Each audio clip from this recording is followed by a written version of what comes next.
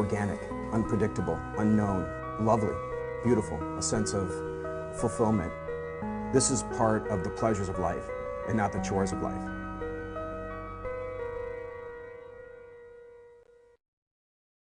Coming up today on this live edition of Daily Iowan TV, heavy storms. Find out what Iowa town is bracing for major flooding in the coming days. And Pennacrest protest. Learn why one group braved the rain yesterday to get their voices heard. It's Iowa's first road game of the season. And the Hawks are headed to the East Coast. Get all you need to know for game time coming up.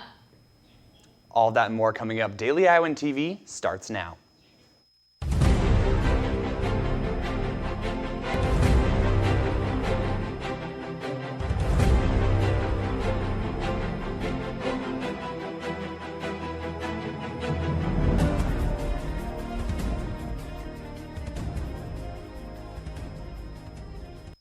Good morning and thanks for tuning into this live edition of Daily Iowan TV. I'm Cole Johnson.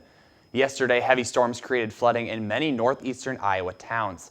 Residents of Cedar Rapids are preparing for the worst flooding they've seen since 2008. Now let's toss it over to Sam Edelman in the weather studio for more on that. Sam? Thanks, Cole. The Cedar Rapids River is expected to crest at 24.1 feet actually in Cedar Rapids earlier Tuesday morning, and its preparations are already beginning. Some Cedar Rapids residents are laying down sandbags while others are relocating to higher ground. Staying with Daily Iowan TV with the latest flood updates. Today in Iowa City, the temperature will reach the mid-80s with partly cloudy skies, coming down to at night to about 66 degrees.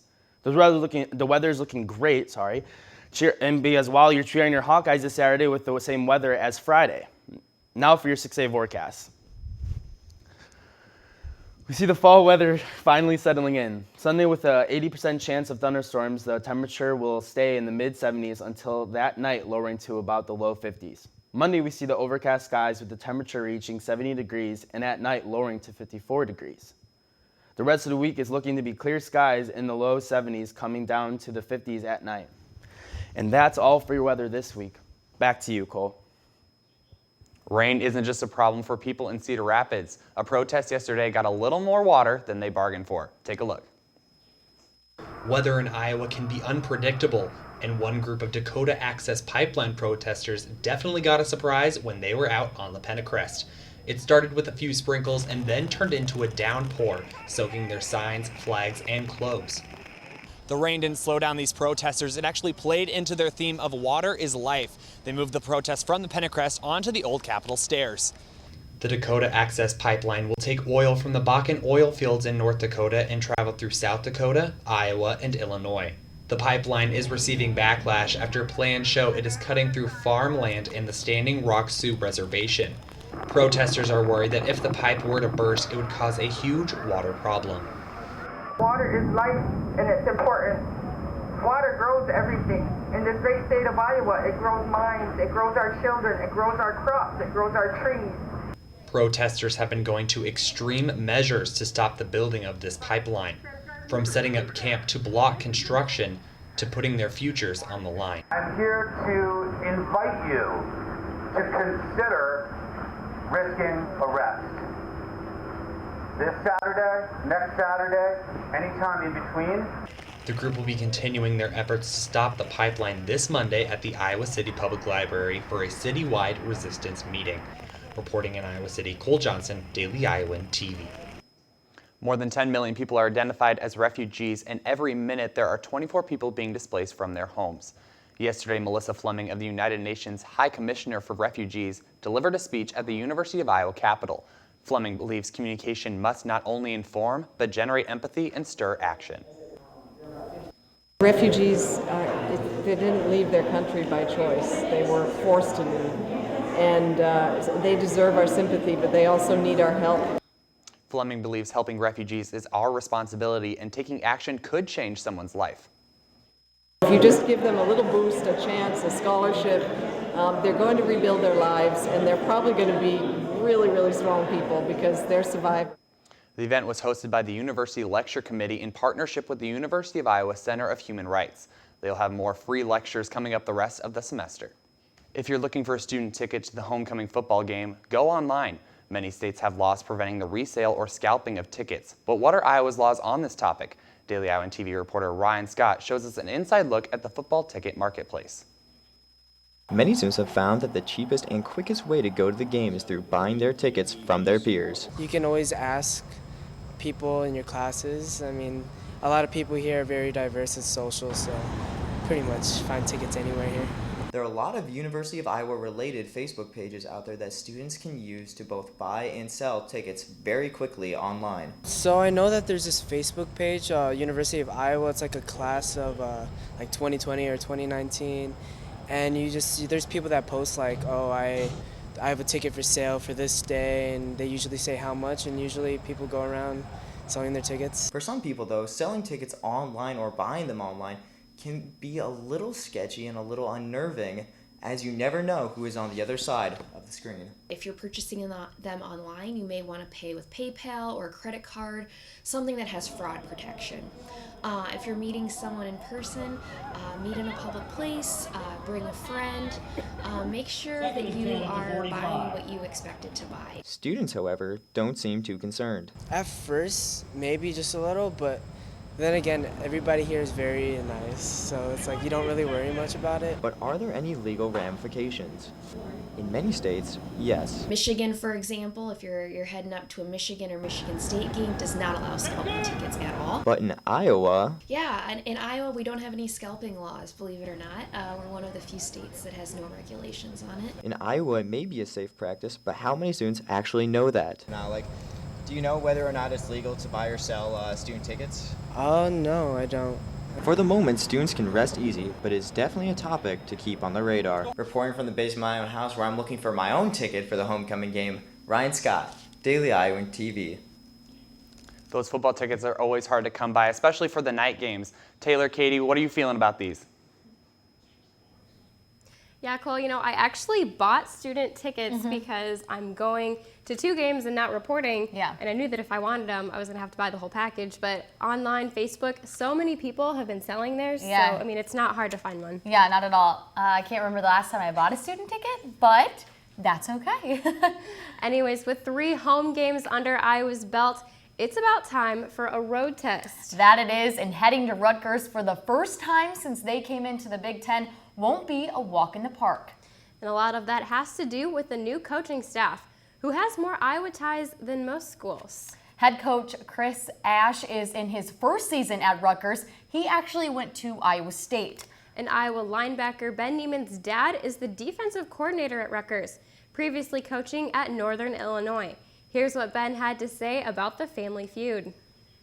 It's a different dynamic, I guess, but I'm just trying to look at it like I have the first 3 games and not really focus on that. Just go play football. I'll talk to him after the game against NDSU, and I'm sure I'll talk to him again before we play him. I have some family flying out to it. I don't know, they're kind of split down the middle too, I guess. So, we'll see. Probably just cheer for both teams, I guess.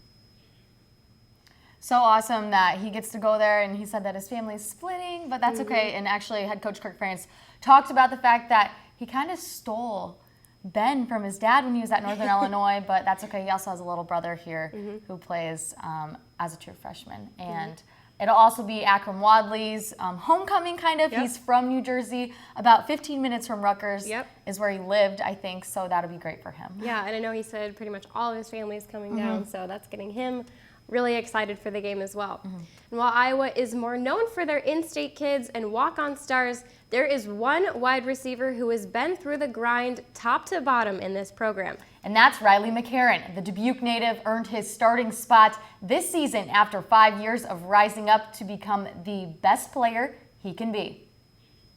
Being a walk-on compared to a scholarship athlete in the Iowa football program actually means nothing.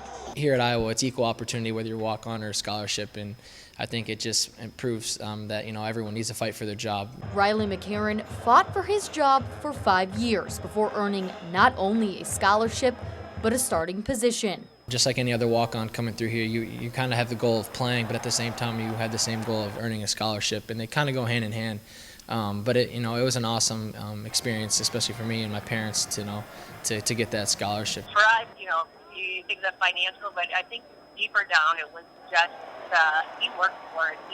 He became one of the best players he could, and they saw that, and I think that's what did it for him. I think that's the pure joy of it. Like, I worked hard for this, and I got it. His family being just east of Iowa City and Dubuque makes for a family affair every Saturday.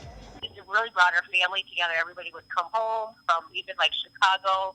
They'd come from Colorado. You know, it just brought everybody home for half of a year every Saturday. Only being an hour and a half away, my whole family comes every game, you know, home or away. They're actually traveling out to New York or New Jersey this week to come watch. But yeah, I got 2 little nephews now, and they love coming to the Iowa games and stuff. It's cool to have them all so close, and for them to be able to, you know, come every Saturday. It means a lot to me to see them there. Every part of this season is special as it becomes some of the last that McCarron will get to do. This past year, you know, we've kind of been doing everything for the last time, you know, off-season workouts, summer workouts, fall camp. You know, I don't even know if it's actually hit me yet that this is my last season. You know, I'm taking it one day at a time, 1 week at a time, but, you know, you'd like to press pause every once in a while. When I talked to Riley's mom, Michelle, they were actually already in New York City. They had just gotten done at Times Square, so they made a little trip out of it. How much fun. I'm so jealous. I know, so jealous. Well, turning back to the game itself tomorrow, these two teams enter Big Ten play both at 2-1 on the season. I tell you what the Hawks can expect come kickoff. This weekend will be a few firsts for Iowa football. Their first time playing Rutgers and their first road game of the season. It's kind of a unique challenge. You know, we've never been out there or anything like that. Been in Kinnick obviously for the last 3 weeks, so it's going to be a nice challenge for us to get on the road and kind of see what another environment's like. So what can they expect from the Scarlet Knights? They're big and physical, both lines of scrimmage, offensive line, defensive line, veteran secondary that plays well, good group of receivers. Back's doing a really nice job for them. Then in the kicking game, they've got a good punter, good kicker, and the receiver, Grant, number 1. Excellent return guy, both punts and kicks. The offense has over 300 yards in each of their first 3 games this season. They're also 4 of 5 on 4th down conversions. They got a couple key guys in the receiver core, a good quarterback, big guy. He runs a little bit, and they got a running back that's kind of big that can get downhill and get yards as well. They have some real good athletes. Number 1, Grant, he's a really dynamic player in offense as well as a return game, so we're going to have to be ready to go. Grant has been voted Big Ten Special Teams Player of the Week 3 times this season and ranks 8th in the Big Ten with 5 receptions per game. He's definitely their playmaker, their go-to guy on offense. Like to get him the ball in space, you know, quick little bubbles, handing the ball off, jets. He has his own Wildcat package, so he's definitely going to be a factor in the game. On the opposite side of the ball, Rutgers is 2nd in the nation in red zone defense. They got some good guys in space. You know, they got a lot of returning guys in the secondary. They're going to be a formidable opponent, and you know, it's going to be a tough ball game. We got a young secondary, but you know they got a new coaching staff, but you know they'll be ready to play. The Hawks know they have their work cut out for them Saturday, especially with the loss last weekend. Yes, they do. Catch the game on ESPN2 as Katie and I will not be there. Our print staff will be there, though. 11:01 kickoff, ESPN2. Otherwise, Cole, back to you. And just because there's not a home game doesn't mean there isn't a new kid captain for the football team. These captains get to be honorary leaders for the Iowa Hawkeyes every game. This week's Kid Captain Spotlight is all about Liam Young. Liam is 3 years old from Cuba City, Wisconsin, and suffers from septicemia. He is a blood infection, that is a form after a bacterial infection enters the bloodstream. Because of his disease, his fingers and toes have been amputated, and doctors recently told him that he will need a below-the-knee amputation. But despite all the struggle, Liam and his family work to have him be independent. For the most part, ever since the beginning, when we're coming home, we kept pushing him to do things on his own. So, like feeding himself, we taught him how to use a spoon again, and the fork again, how to hold the cup again. Congrats, Liam, on being named Kid Captain for the game against Rutgers.